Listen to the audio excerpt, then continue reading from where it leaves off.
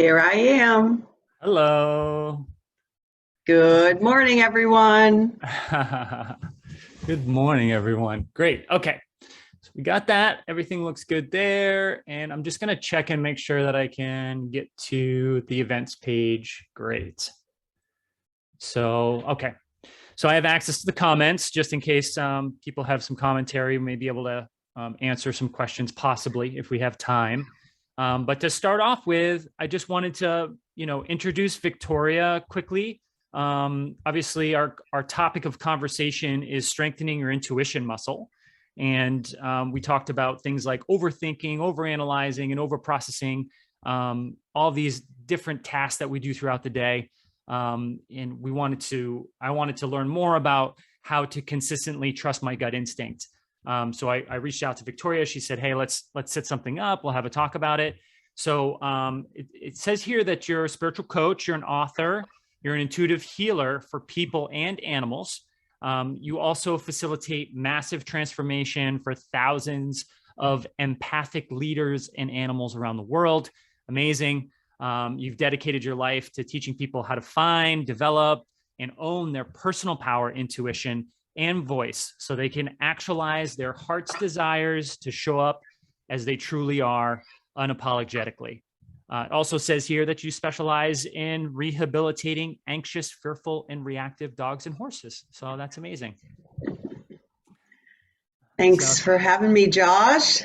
yeah, I'm well, super excited to talk about one of my favorite topics for sure. Cool.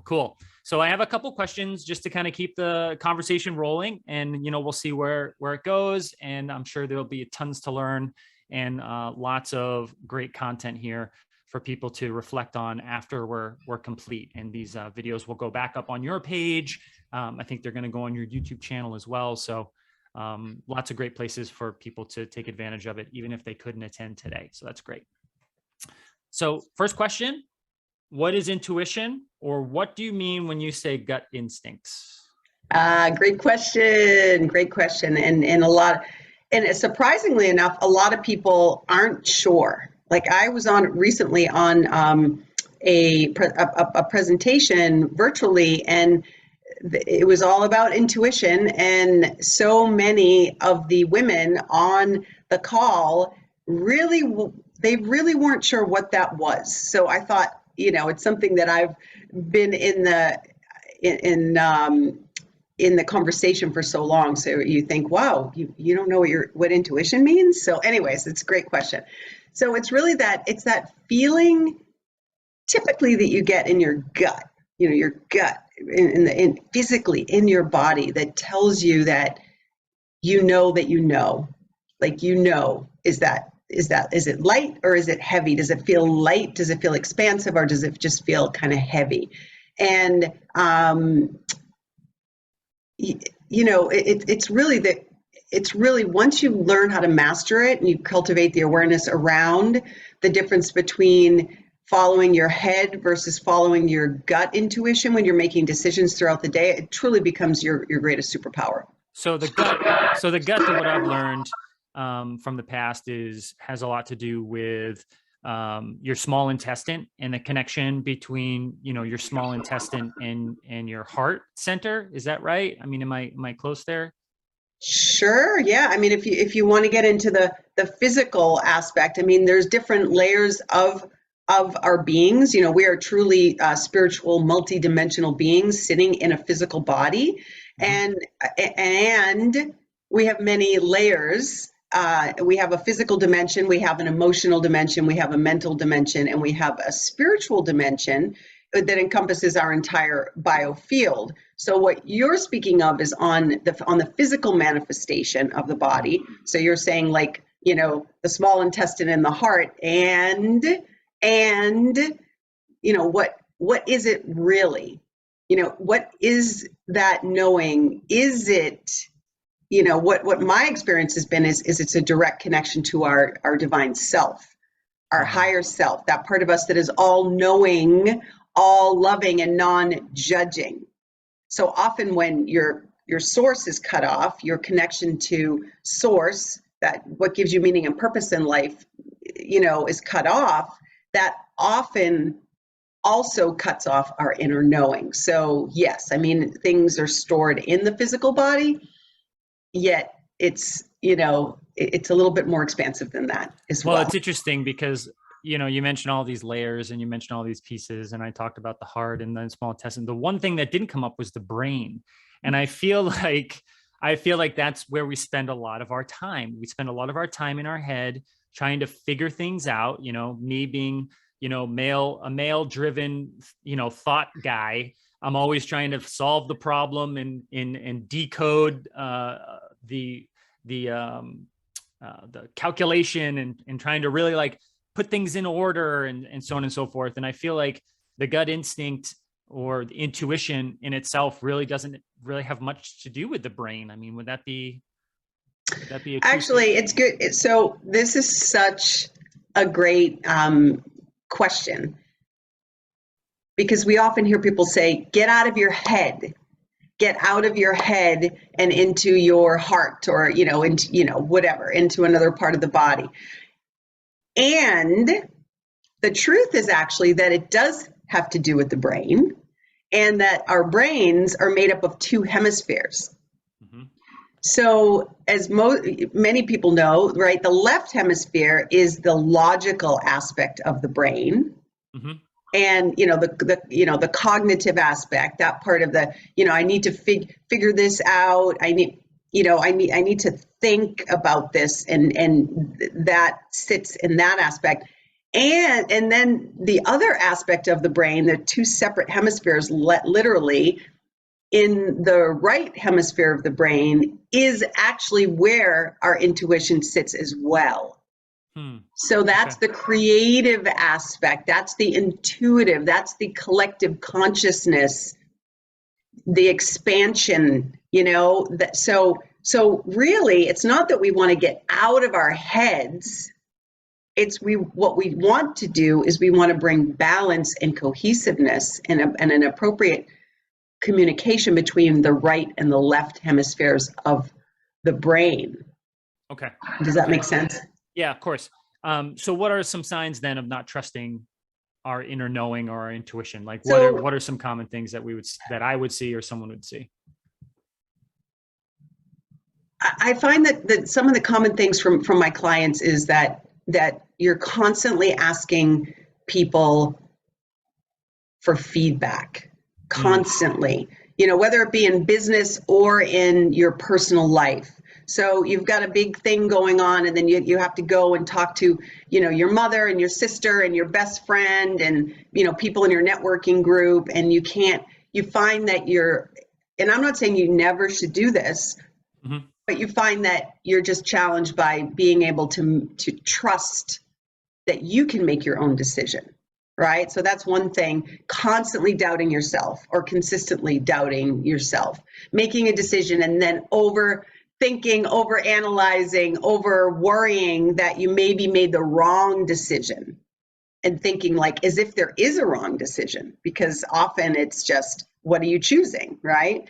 Yeah. Again, are you spending too much time overthinking, overanalyzing, and over criticizing the decisions that you've made? And then Okay. the biggest thing is really just believing that something outside of you is actually knows more than you do. So, in working with my clients, once you are able to hone in on your own, that intuitive superpower muscle, you just know things that you don't even know how you know them on an intuitive level, whether it be medically or nutritionally or physically, any of those things. So the fact that so many of us put the power of our own health, wellness, mental health, all those things into somebody else's hands, Yeah. Can be quite detrimental over time if it's done, consistently. Okay. So let's talk about some ways to help amplify and trust our intuition. So obviously, if we can identify when it's not happening, what next? It's like, okay, great. I've identified that I'm overthinking, overanalyzing. How do I shift? Like, what's a good way to shift back into intuition, and and basically pick up on that intuitive knowing and pick up on that stream of consciousness that's coming down to say, hey, this is an easy choice, here it is, and move on, versus trying to figure something out or ask for someone's advice. Well, I used to do that a lot when I was younger. I was like, what should I do? What should I do? What should I do? We ask for other people's input in terms of like, what should I do in this scenario? And a lot of times it comes up in relationships. That's where I found it the most, was like, being young and being in relationship with someone, and then something goes wrong, or you get nervous, or somebody wants more of a commitment, or whatever it is. You go to your social friends group and you say, oh, this person's saying this or that. What do you think I should do? Do you think I should, separate from this relationship? Do you think I should give them another try, or whatever the case? So, so we've identified that this could be something that is preventing us from tapping into the intuitive. So how do we shift back to kind of answering the call again, picking up the phone and opening a line? Sure. Yeah, great question. I mean, step one is just acknowledging and having awareness that you're not trusting yourself, right? So that's the first step. Just for any form of transformation or change or anything that you want to cultivate and do things differently in your life, you want to acknowledge that what I'm doing isn't working and having the awareness around that. So that's step one. Also, whatever your the name for God is for you, right? So your spirituality and that connection to source, to all that is universal life force energy, divine mother, divine father, Jesus, Buddha, God, whatever. Call on that source and ask them for help and support around this and to trusting. So once you open up the space, so many of us, especially women, have such a hard time asking for help, right? So it doesn't have to be so disempowering. It takes a village, right? So you don't have to do this alone. And the great thing is, on a spiritual level, you don't have to do it alone. So asking for support, spiritual support is really, really important. The other thing is, if we take a look at, again, the right and the left hemisphere of the brain, the divine feminine versus the divine masculine energy, the divine feminine has to do with being, receiving, cooling energy, and trusting. So often my clients are out of balance in that space. The masculine energy is about doing, pushing, hustle, figure it out, analyze, think. And it's more of a real fiery energy. Now, of course, we need both in everyday life. But just for those of you listening live or on the replay, just take a moment to think about that. Does that resonate with you? Is your feminine aspect, that very powerful goddess energy of the receiving and the alchemy and the manifestation, really sits in the divine feminine? The masculine is the action piece, but also the trusting piece. And then, are you open to receiving energy piece? So again, bringing the left and the right hemisphere of the brain into balance. So I would ask, where does your creativity sit? What are you doing? And when I say creativity, it doesn't necessarily have to be painting or drawing, right? It could be music, it could be taking photos, and you don't have to be a professional in any of these things, but it's really about what allows for the flow of the divine to run through you. And often for a lot of people, that is getting out into nature. So connecting, through source, through nature, and whether that is going to the ocean, going to a lake, but water is so healing for people, and the ocean, gives off negative ions, and it literally changes and clears the biofield of the human body. So if you can be around bodies of water, ponds, lakes, and trees, even if it's just your backyard, and you have a small garden, and you can connect to, the flowers and the butterflies and all of that. So that's absolutely one one way. And other really powerful tool and technique that I teach my clients to do every single day is to clear your energetic field on a daily basis. Because think about it. So we are pure electricity. We're electrical beings. We are made up of a large percentage of water, 2/3 or more. And we, just like an instrument gets out of tune, the human body does as well, right? So the biofield, over time, our biofield, that energetic bubble that surrounds us, especially, when you're around other people, you're peopling, you're going to networking events, or you're sitting in an office in a cubicle. But even if your cubicle's next to someone else, your energy bubble can expand out as far as 3 to 6 to even 9 feet. And so you may be rubbing bubbles with other people. And rubbing bubbles. Rubbing bubbles with other people. And so often, you can pick up other people's energy. So it's really important that on a daily basis that we're clearing our energy field, our biofield. And I do have a YouTube video on that. So if you would do me the honor of subscribing to my channel, it's Victoria Haffer on YouTube. I have a video that I've created that teaches you all about how to clear your energy on a daily basis. Play is another way. Just play. Just have fun.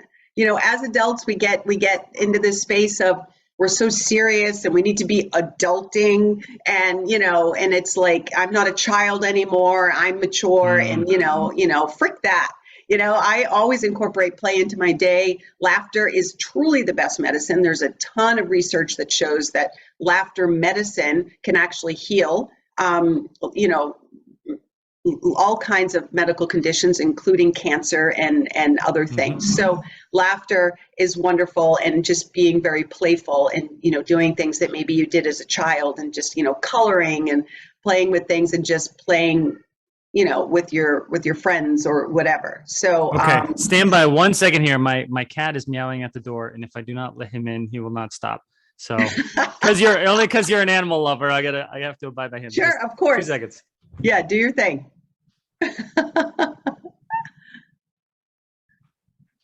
We love our animals.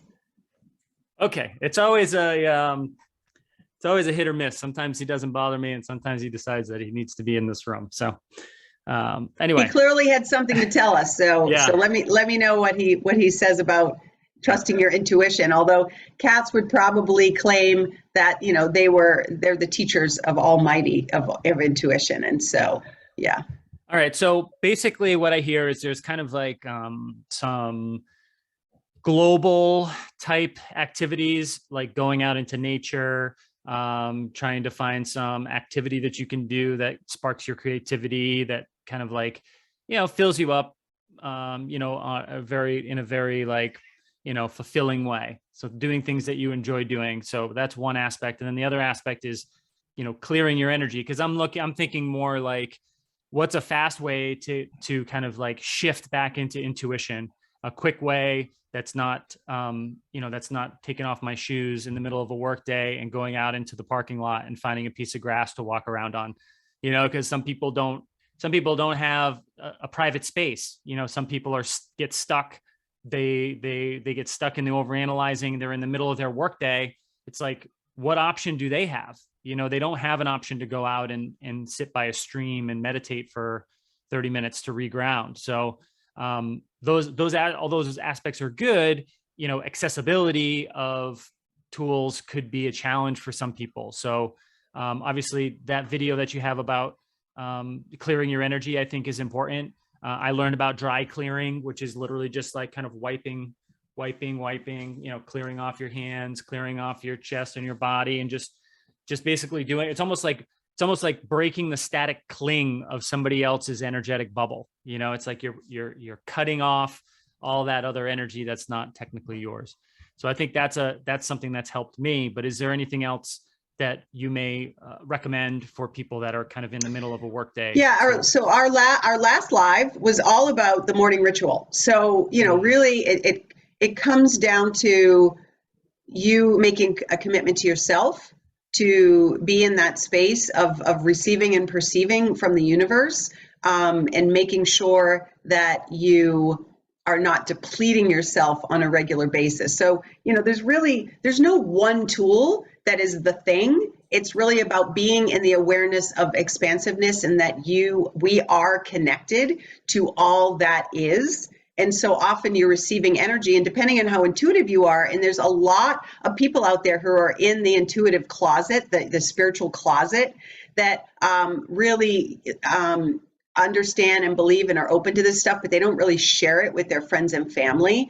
And so we all receive and perceive something a little bit differently. There's actually 4 major ways. You can either hear, you can see, you can feel, or you can just know. And those are all 4 psychic intuitive ways that we all develop our overall intuition. Some of us, I'm a little bit of all of them, but I tend to sit more in the clear cognizance and the clear sentience, which is the knowing and the feeling. You just get this feeling, right? So, and everyone's different.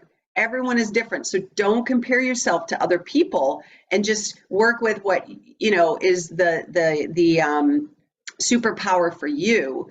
And so the morning ritual, again, feel free. We recorded it. If you missed it, our last session that we talked all about how to create and personalize your own morning ritual. So it really starts there. It starts there by, when I open my eyes in the morning, first thing is I invite in my spiritual team. I invite in Christ consciousness to come in and infiltrate in and through my body, and so that I can be the vessel for the change and the joy and the happiness and the bliss that I want to see in the world. And so that I just ask, how can I serve best today? And so by coming into that space and starting your day that way, and having that intention and having that presence throughout the day, and again, also making sure on a daily basis that you are setting the time for you. Whether you have, children or a partner, or you're working 12 hours in your business, it doesn't matter. It's not a luxury. It's a priority. It needs to be a priority that you're setting the time to receive from the central sun, to receive from the stars, to receive from the planets and Mother Earth. And, so work with that. The receiving doesn't have to be, here is a beautiful gluten-free cupcake that I have for you. That is also as well, or here, I'd like to gift you something. But at the same time, learning how to receive through the elementals, and through the spiritual realm, and it doesn't cost a dime. Sure. So basically what I'm hearing is like, if we're not doing some activities to help to balance the brain on a regular basis, it sounds to me like, just like anything, it can build up over time. So it becomes more and more challenging to get back into that state of trusting yourself, of intuition. So if we allow that to go on for too long, and we get stuck in the left brain, or we get stuck in overanalyzing for a longer period of time, then it's like you have to do kind of more monumental discharges to get yourself to become back into balance. Right? Yeah. Does that sound right?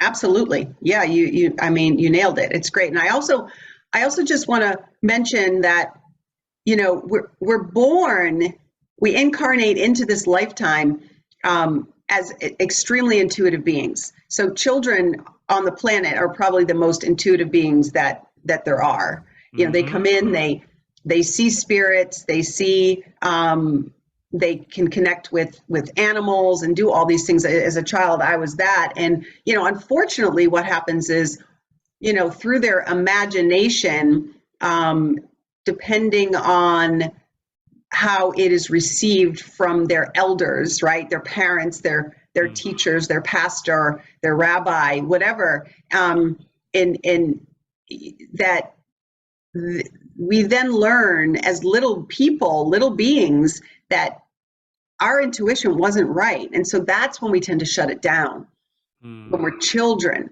unless of course you're lucky enough to have, a mother or a father that is extremely intuitive as well and open to all the gifts and understanding that children can see spirits.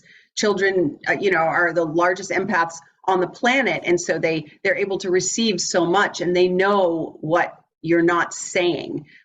However, when we're made fun of or ridiculed or told we're wrong, mhm. right? Or we're lying or stop doing that or whatever all those things are, then we shut down as children. And then so it's really about I teach my clients, how to remember that that Hmm. right?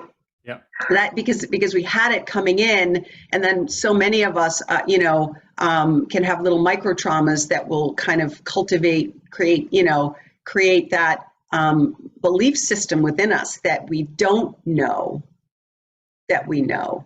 And that, so as for any parents out there who have children, allowing for your children to be who they are and letting them explore and being in that creative state, and also it's the greatest thing you can do for your children is to teach them to trust their own inner knowing. That is Wow. right? That is the greatest thing that we can do. And unfortunately, in our typical school systems, the school systems are not set up for that.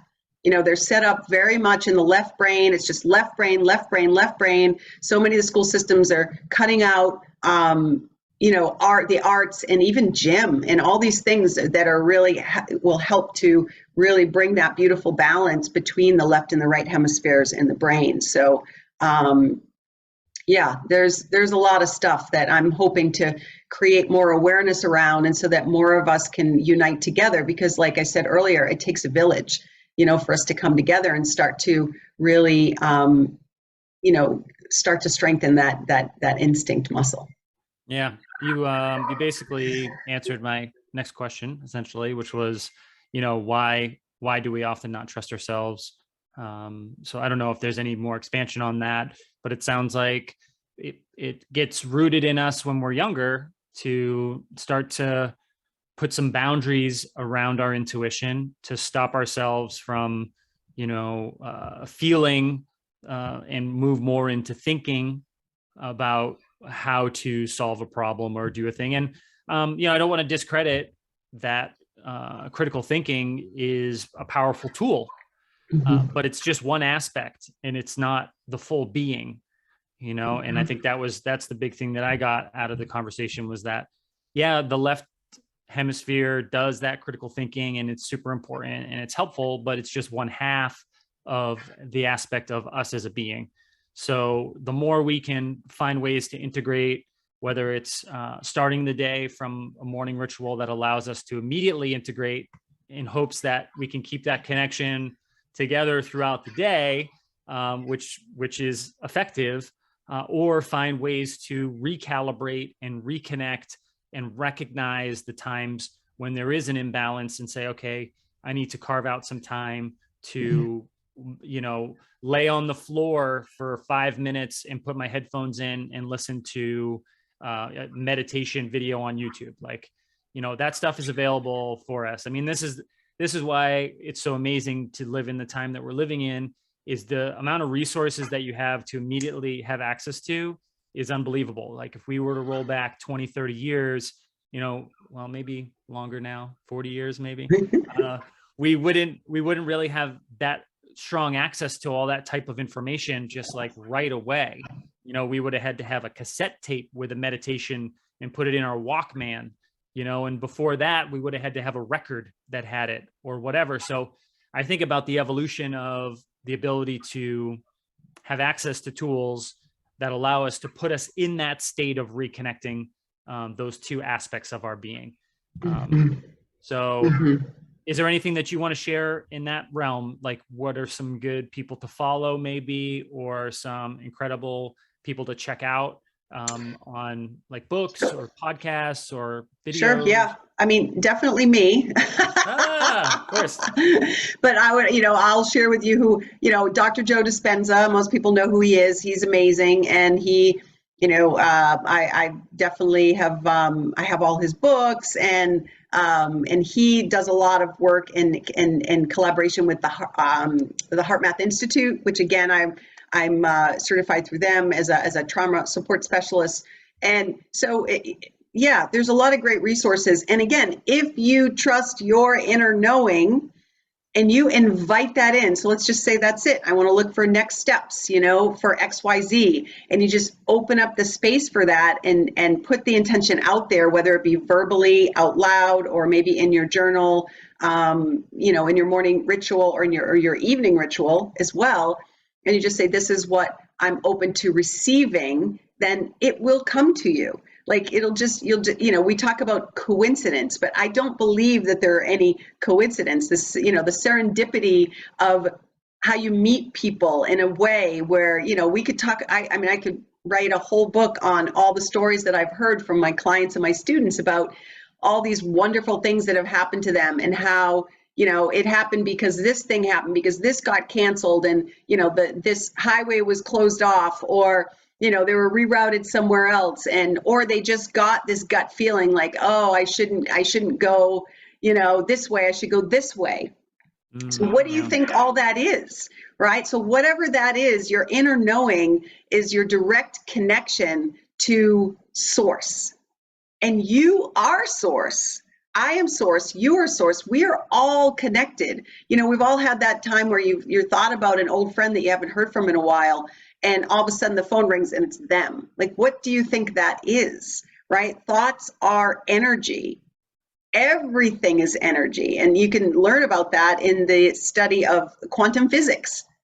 It's just all the information is out there. All of it has been proven, and I'm living proof for it. So, I was definitely, people say to me, I taught yoga for so many years, and people would say, gosh, Victoria, you're always so positive and you're always so happy and you always have a big smile on your face. And I'm like, listen, I was not always like that. I grew up in quite a dysfunctional family, and there was a lot of sarcasm and a lot of negativity, and I had a very, very, very strong negative mind, right? So you've got a negative mind, you've got your positive mind, then you have the neutral mind. But I had a very strong negative mind, and it kind of ran the show. And I literally had to choose to do it differently and to show up differently every single day. And here I am. So it wasn't like I was just born that way, although maybe I was born that way. But then through the ages, it's typically up, they say about up to the age of 7 years old, where we cultivate the majority of our belief systems, because we have no filter at that age. So everything that we're being exposed to is literally just coming into us.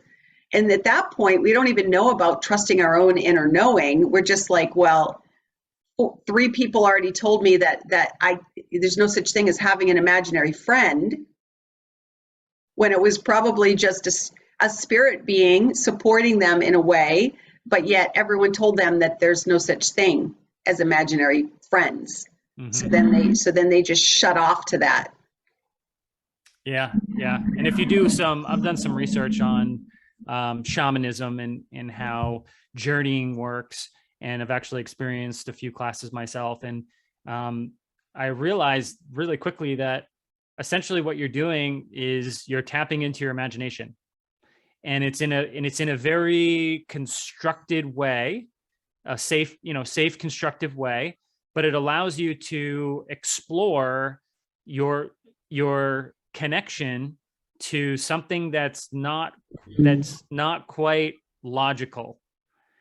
And it's a real mind bend, because you put yourself in a position to do something that you may have not have done for 10 or 20 years. I mean, you think about when you were a kid, and all types of things come to mind in terms of what I would imagine, whether it's you throw a box, a refrigerator box in the front lawn, and all of a sudden it's a pirate ship and the grass is the ocean, or the classic child's game of the floor is lava.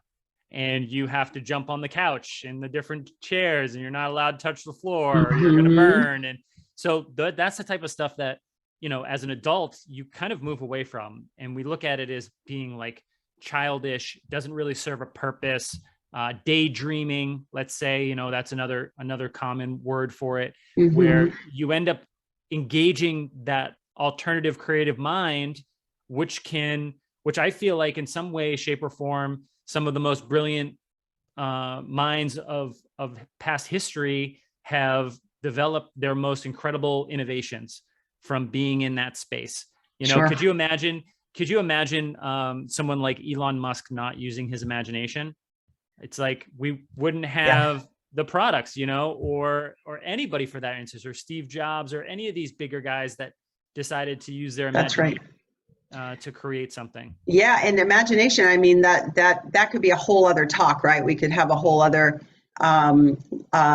live on that. And the imagination piece is connected to manifestation and actualization. When, you know, we look at how do I manifest things? How are things showing up in my world? And so that's definitely a big piece of that as well. So yeah, I absolutely encouraging people to have and use and have fun with their imagination. It's all tied together, and, you know, connecting into that playful side of you, or reawakening, right? Like, again, think about the things that you were told when you were a child that you maybe weren't good at, you know, and whether it be singing or playing a musical instrument or drawing or writing. Yeah, that's great. Okay. So just to kind of like wrap everything up and tie it up with a bow here at the end of this, you know, I think what we've talked about is some ways that you can re-engage your right side of your brain, your creative nature, to help listen a little bit closer to what your gut is saying, what your intuition is, and that if you're in a situation where you're trying to make a decision, you don't know what to make a decision about, or you're looking for advice, that it's quite possible to give yourself your own advice. That's which great. is I never thought of it that way. That's amazing. I love it. Yeah. So it's like, give yourself your own advice. Instead of looking outside yourself for an answer, look inside. And some ways to do that would be to, you know, go out and get grounded, try to spark some kind of creative activity to help get yourself prepared and away from the overthinking, overanalyzing, get away from that, get into more loose imagination, freedom, grounding, breathing, riding a bike, taking a walk, doing whatever to just kind of release it, and then immediately go back into asking the question or asking for the answer to, or the resolution to the problem that you've been presented with. I'm presented with a problem. I'm overthinking, overanalyzing, doing all these things. Let me just go clear my energy, go for a walk. Let me step away. Take a shower, take a cold shower. Yeah, step away from the problem. That, you know, and is there even a problem? Because we are problem making humans, problem making machines. Like everything, you know, instead of focus, you know, step away. And I do that like anytime I'm in a space where I'm feeling resistance show up for me, you know, that block, like something that's just like a hard wall around anything, and it's not flowing. I know I am out of alignment. I am out of divine alignment, and I literally will shut my laptop and step away, and I'll go sit, you know, in the garden, and I commune with the butterflies and the bumblebees and the hummingbirds, and I just breathe. Even if it's just 3 minutes, right? Like you were saying, Josh, I mean, it's so simple. It doesn't have to be so freaking hard. Got it. Flow versus resistance, and just know, you know, the difference. So thanks for everybody for showing up today. It's amazing. We would love to hear what future topics that you might like to hear from us about on our show. And if you'd like to get in touch, I'll drop the links down. I do offer a complimentary exploration call if you do want to chat with me about the possibility of working with me in a coaching slash healing situation for you or your animal. I do work in person and virtually. And yeah, so subscribe to my channel if you wouldn't be so kind as to give us some love, and like this video if you are watching this in the replay. Cool. Cool. Awesome. So, Thanks, Victoria. I'm thanks, going Josh. to jump off the live stream now, but this was great. And I'm sure we'll have some future topics to talk about. Have a magical day, everyone. Be the magic you want to see in the world. Bye.